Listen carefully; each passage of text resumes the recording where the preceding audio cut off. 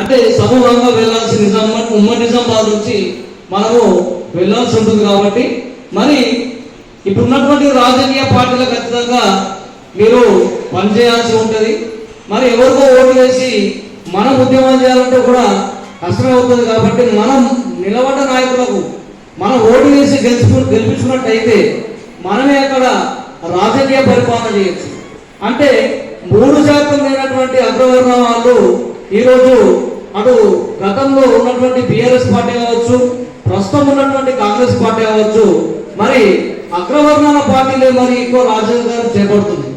మరి మన చేతుల్లోనే 97% అంటే 90% ఎక్కువ ఉన్నటువంటి బడుగు బలహీన వర్గాలను మనము మన యొక్క రాజ్యాంగాన్ని మన చేతిలో ఉంచుకొని ఓటు వేరే వాళ్ళకి వేస్తే మరి ఈరోజు మనకు వచ్చే సమస్యలు మరి ఎవరు తీర్చాలి?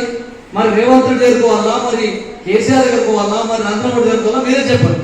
మరి ఎవరికో పదవి అట్టగట్టి ఈరోజు మనం పోరాటాలు చేయడమే మీ చేతిలో ఆయుధం ఉన్నది. మరి మనకి ఇచ్చే అవకాశం అంబేద్కర్ గారు ఓటు ఆయుధం ఇచ్చింది.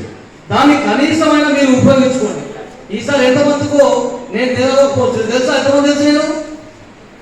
నేను గత 2000 అంటే మొన్న రీసెంట్గా పార్లమెంటు ఎంపిక పోటీ చేసుకోవచ్చు. తెలుసా ఎంతమంది చేసి చెప్పండి? ఎవరు తెలియదు. మీరు ఎవరు పోటీ చేసిరో మరి కనీసం మీరు ఈరోజు వాళ్ళ దగ్గరికి వెళ్ళి పరిస్థితి ఉందా? లేదు. కాబట్టి ఇప్పుడు ఆ సభాధ్యక్షురాలు సభ్యులంతా గారు కూడా మీ మహిళల కోసం ప్రత్యేకంగా ఎన్నో ఉద్యమాలు చేపడుతున్నది. మేము ఖచ్చితంగా మీకు తోడుగా ఉంటాము. ఎవ్వరు ఎట్టి పరిస్థితుల్లో కూడా భయభ్రాంతులకు గురి చేసినా, ఏ ప్రభుత్వాలు వచ్చినా, లా అండ్ ఆర్డర్ పోలీసు వాళ్ళు వచ్చి మీకు భయపెట్టినా కూడా మేము మీకు అండగా ఉంటామని నాకు ఈ అవకాశం ఇచ్చినటువంటి పెద్దలందరికీ నేను ధన్యవాదాలు చెప్పుకుంటున్నాను.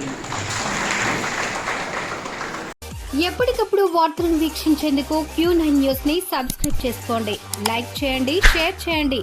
విలువైన సమాచారాన్ని ముందుగా మీరే తెలుసుకునేందుకు బెల్ బటన్ ని క్లిక్ చేయండి.